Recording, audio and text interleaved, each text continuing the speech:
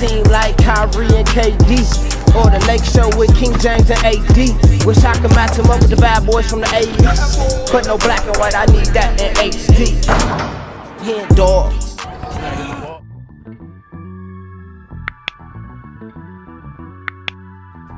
Yo, what's good, y'all? It's your boy HenDawg, and we back to it. You know how we do it. New school players hating on the old school players. I feel like it's kind of been my trend for the last couple weeks. It's just kind of reacting to these new school versus old school comparisons. So it was only right that I react to this one. But before we do, make sure y'all subscribe to the channel. We are on the way to 10K. Almost there, man. Go ahead and like this video if you like this video. And go ahead and write something in the comments. Let me know how you feel about new school players hating on old school players. Like, I said this in one of my other videos. We have every right. We have every right to voice our opinion. But we also have every right to, get called out. If we're wrong about something, call us out. Like, it's okay. We can have this argument. The new school people can say that new school basketball is so much better than the old school basketball, and vice versa. Old school guys can be like, there's literally no way. I think it's a healthy argument. I really, really do, man. But let's get into this video. We got new school players hating on the old school players. Let's get it. We can say your generation was soft too compared to the generation before them, the generation before them. I knew Gil was going to be on here. I know Gilbert Arenas and JJ Redick is going to be the two new school players talking about the old school players. So I'm excited to see what's in this video. Also, I got a video shoot coming up too today. It's in what? In 2.5 hours with a brand called Legends. So we're about to hurry up and try to get through this video so I can edit it, get it to y'all, and I can get to my photo shoot. Time Machine. My name, of course, is Sean David, and I welcome you to your weekly dose of old school ambient. What up, Sean David? Now, in today's episode, I want to take a look at, something that has happened recently and basically for the past couple of months, even years. New school players hating on old school players. So we're going to take a look at some of those clips and old school players replying and responding to that. But before we get into that, let me ask you guys a small favor. I didn't know that's what he was going to do. He going to have the new school players talking their shit, giving their opinions. But it's going to be a rebuttal to every single one. So this is going to be a super good video. It's going to be good. Please subscribe to the channel and like the video if you enjoy the content. Alright, enough said. Let's get right down into it. You're going to voice your opinion. You better be ready for the rebuttal. Every time I get on here and voice my opinion, I'm expecting y'all to correct me if I'm wrong. So it's life. So the first 3 clips, or the first 3 players that I want to take a look at are new school players. It is going to be Ja Morant, JJ Redick, and Gilbert Arenas, who are considered, he's more new school than old school. And let's hear what they have to say about old school players. Oh, no, he's not. He's not Bob Cousy. He's not Bob Cousy. Bob Cousy couldn't dribble with his left hand. Bob Cousy changed the game. This sport didn't change the game. Bob Cousy won championships with it. Hold on. I love JJ Redick for that. He's hilarious. But write in the comments, who are you taking right now? Bob Cousy, not right now because Bob Cousy is probably like 100, but you know what I mean. In his prime, in both of their primes, who are you taking, Bob Cousy or Chris Paul? I can't even answer that because I don't know enough about Bob Cousy, but without thinking, I'm going to say Chris Paul. And JJ Redick said he don't even think Bob Cousy could have dribbled with his left hand. That's hilarious. But you write in the comments who you got. And there were 8 teams in the NBA, and you had to win 2 playoff series. Did Bob Cousy ever shoot over 40% from the field? Well, we understand that. Did he ever shoot over 40%? He also had 29 assists in an NBA game. Oh, well, he was being guarded by plumbers and firemen. When people talk about, who was better, the 92 team or this and this team. And then you always say, what rules? what rules? What rules are we playing under? Are we playing under, rock'em sock'em robot style rules? And you know what I mean? If so, you're gonna have to really let this group adjust to prison basketball. If you're trying to play this style, then this new style, then these 92 guys, they can't keep up because they don't have the equipment. They don't have the tools. They don't have the skill set to compete with these crossovers and step backs, and they don't have, so it's really a pointless argument. Definitely a pointless argument. I want to chime in real quick because he didn't really give the old school guys, like, you see what he said? He said, if we're going to go by the old school rules, then you're going to have to let, the new school adjust. But then he won't let the old school adjust to these. Like, you got to do the same thing. You got to do the same thing on both sides, which is pretty tough. So I get it. It's really a pointless argument. You're going to have to let both time periods adjust to whatever rules you're going to play in. So I think the best of the best is going to be able to play no matter what. I think that's what it comes down to. And that's why when back in the day when I was like, Dennis Rodman, they would have killed a 6'7", 210-pound guy, wouldn't be stopping LeBron James. Let it go. You wouldn't. He's a point guard. You were great at defending people who's back to the basket. He's going downhill. There's your strength, your brute strength has no bearing on downhill guards. I heard he was. Is Dennis Rodman stopping LeBron? I didn't really want to stop it, but I want y'all to answer that question. In a 7-game series, do y'all think that Dennis Rodman can stop LeBron James? Like you said, Dennis Rodman was kind of known for guarding, post-up players. So it's hard to just be like, all right, now I'm going to guard this 6'9", 250-pound guard. Like, it's kind of, tough for him to do. But if you think Dennis Rodman was that great of an athlete, that great of a defender, do y'all think he could have stopped LeBron? Let me know. Like just how he, go about the game, just that mindset he had. Mm-hmm. I would like to, play against him. So. Yeah. This time you're not saying, I would have cooked I would have cooked him, too.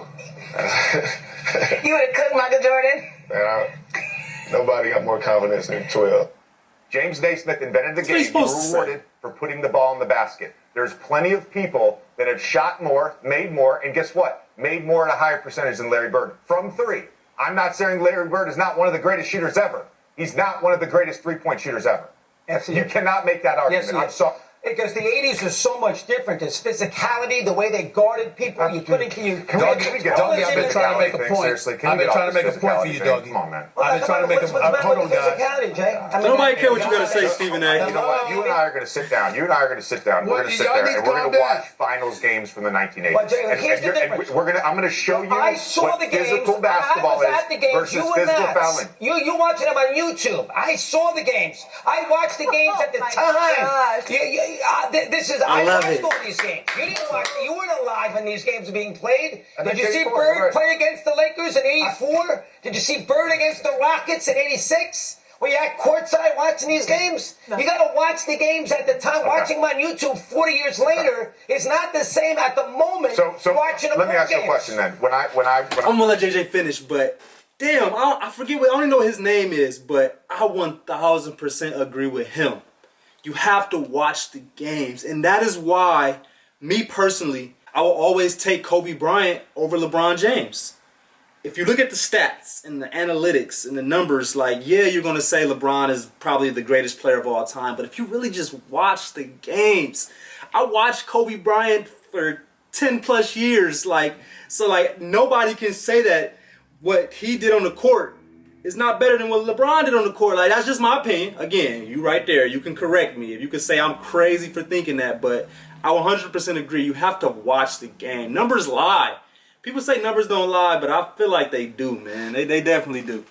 When I watch, let's say Steph Curry, for example. Right. When I watch Steph Curry off the ball in a playoff game. Oh, he's great. Getting grabbed and held by Marcus Smart. They're attached to him at all times. Right. Then when I watch Larry Bird come off the pin down, and no one's within 5 feet of him, and they're shooting the gap. Like when the '90s talking about, oh yeah, y'all soft. We would have put y'all on your ass. Yeah. You're a little kid. We gain weight when we get older. These are 60, 70 years old, 185 pounds still.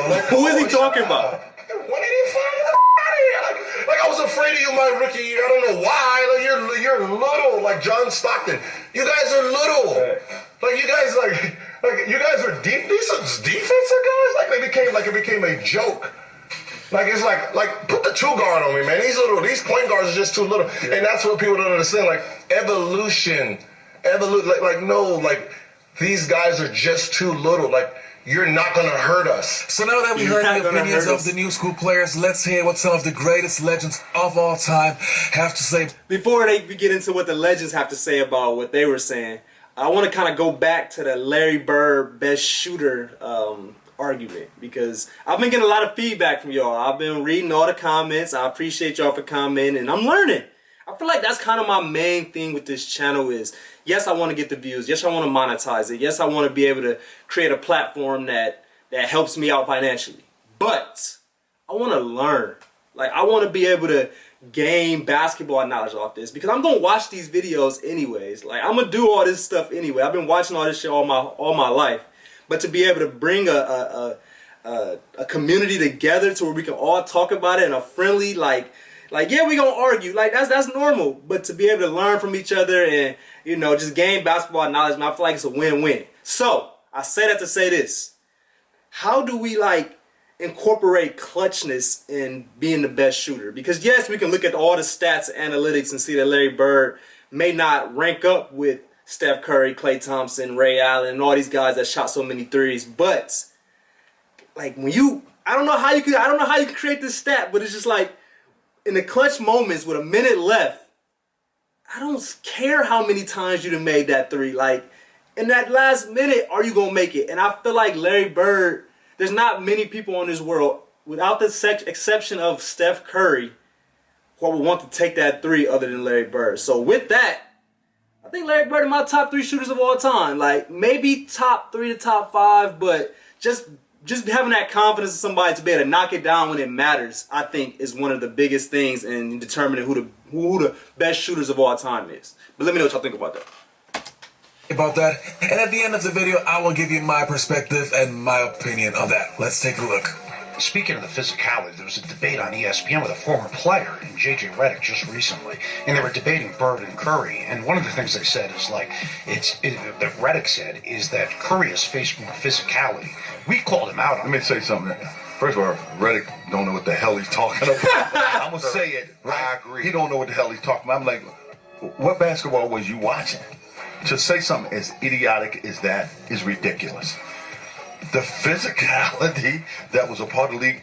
Hey, look, when you can put your hand on a guy's hip and make him go a certain way, if you can put that elbow in his chest to slow him up, which we call slowing a guy up when you coming down the lane, so how many guys can deal with that type of pressure?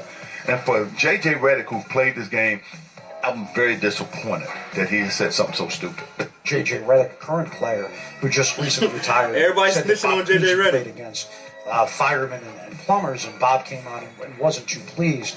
And you know, you played in that era, and those guys set the table for us to be where we are today. And I was just interested in your thoughts on comments like that about your generation and the generations that paved the way. Well, obviously the game is completely different. The athletes are completely different. And I know JJ just a little bit. He's a very smart kid and everything. But tell me what his career looked like. Ah! What did he do that determined games? I'm weak. You know what I'm gonna say? This J.J. Redick, this kid here. Nah, Jerry West has become one of my favorite old heads, man. I was not expecting him to come at JJ like that. And then the way that Jerry West kind of hated my show that I'm on, Winning Time, I was always kind of skeptical of Jerry West because I'm just like, oh, he's probably just like a guy that's just an asshole. Like the way we kind of portray him in the show. But I love the way he just came at JJ for that. That's hilarious, man. So shout out to Jerry West. Jerry West, you good with me. He was a journeyman. He was a poor man, Danny Ainge. In today's NBA, I don't know what game he's looking at. You can't touch the guy. Anytime you touch anybody, a three-point shooter, come close to them when they're landing, it's a foul. I lived that 80s era, and Larry Bird was one of the greatest three-point shooters that's ever played this game. That's the thing I'm having a problem with. Bird was a big guy who got bumped all the time. You know, we played around the basket more than guards played around the basket. So I don't understand the logic of him saying that. When clearly those big guys, even to the big guys today, they get touched a little bit more than little guys because they're around the basket. So it just don't make sense when, this is the thing I hate the most. We had our time. It was a great time. It's their time now. Yes. But don't crap on us to prove your point. Yeah. Because it doesn't make sense and it's not valid. I feel that. But the same thing they look at Sam and myself. Oh, the big old guys hating. No, wait, no, what? I don't hate on these guys. You're responding right now. Yeah. You're not. I don't hate on these guys. These guys are great. I just don't like the disrespect. Yeah. And to say that about Larry Bird, it was less physicality. Is he stupid? Back MVP. It's just a stupid comment to make. I mean, it ain't got nothing to do with Steph Curry or Larry. Yeah. It's the content. Exactly. We just broke down the end result. It doesn't make sense. And he should know better than that. Yeah. And I don't care what he feel about me, what his response might be. But when I hear that, and I'm like, you really don't know, do you? It's just stupid. It goes both ways, though. It goes both ways. I get the disrespect thing. Like, don't disrespect an era of basketball. But the old heads do it all the time. They do it all the time. So you have to be ready to get what you fish out. Like, they do it all. JJ Redick was defending something. Like, I don't know if he was or not, but I get it. To just randomly just be like, yeah, the old school basketball is trash. Like, that's stupid. That's idiotic. But to respond to something, like, it's part of the game, and vice versa. So that's just how I feel about that, man. You know, to me, being an old school fan, but also somebody who watches today's NBA every now and then, it's mind-boggling that these new school players even have the courage to say something like that. To me, there's one major difference when it comes to old school players talking about new school players and vice versa. The old school players basically see today's players, so they can see not only highlights but current games, so they have a better perspective in comparison to the new school players who mostly only go by highlights. And I said it in the video in the past already, to me there's one major reason why I believe that the NBA back in the days was much better than today's NBA. We had transitional players, so players who played in the old school era and the new school era. I'm talking about guys like Tim Duncan, Kobe Bryant, and Dirk Nowitzki. Even Dirk Nowitzki, who was in his 40s or 40 years old, who could hardly move, still was able to average like 10 points per game in today's NBA. That just shows me that today's NBA quality-wise has to be worse, the NBA from back in the days. It just makes sense. Even Kobe Bryant, who was basically playing on one leg, was still able to put up 60 points in today's NBA. Tim Duncan, who could hardly move anymore, was still averaging double digits. So we had those players. Vince Carter, another example. So we had those players who played in both eras and who still were productive in today's NBA. That to me is just evidence. Anyway, let me hear what you guys have to say in the comments below, and I hope you enjoyed this episode. Don't forget to tune in the next episode of the Basketball Time Machine. Don't forget to subscribe, and I'll see you hopefully next time on the next episode of the Basketball Time Machine. Shout out to the Basketball Time Machine. Another great video. Hey, what's up, everybody? Shout out to I think that might have been one of my favorite videos that I've done in a while. Like, it allowed me to really think. And, I'm going to tell y'all exactly how I feel. Like, I'm not about to kind of, sway towards one way, because that's just not how I feel about the situation. So I'm going to end this video by kind of giving y'all a little opinion on how I feel about it. And again, there's just certain facts that I feel like, is evident, where, yes, the 80s, or I ain't even going to say 80s, but old school basketball was a lot tougher. Yes, it was tougher. That doesn't necessarily make it better. Yes, it was tougher. You had to kind of be, I don't even know how to really explain it, because you didn't have to be bigger, but you just kind of had to have that mindset that every single game is going to be like a slugfest. Like, you better have that mouthpiece in, you better be ready for elbows. Like, that was the kind of expectations you had to have back then. Now, you got to be able to score the ball. Like, you can be the toughest guy on the court, but if you can't score the ball, you're not going to be on the court. Yeah, you can be out there wanting to elbow people and, be this hard-nosed player, but if you can't shoot the ball, if you can't put the ball in the basket, then you're pretty much irrelevant. So I think the game is still, like, it's very hard. I don't think just because it's not as tough as it used to be, the game is easier. Like, I don't know if that's kind of what people are saying or not. Maybe I'm just looking into it a little deeper, but that's just how I feel about it. I appreciate y'all for watching this video. I gotta get out of here. I told you I got a photo shoot I gotta get to. Gotta hurry me edit this video so I can get it out to y'all. But 30-day challenge. We still going, man. We still going. Shout out to everybody that's been there since day one. I think we're on like day 4 or 5 right now. I don't even really know. I'm gonna check after I get done with this video, but I really don't care. We going every single day for 30 straight days. So I appreciate y'all like always. We out.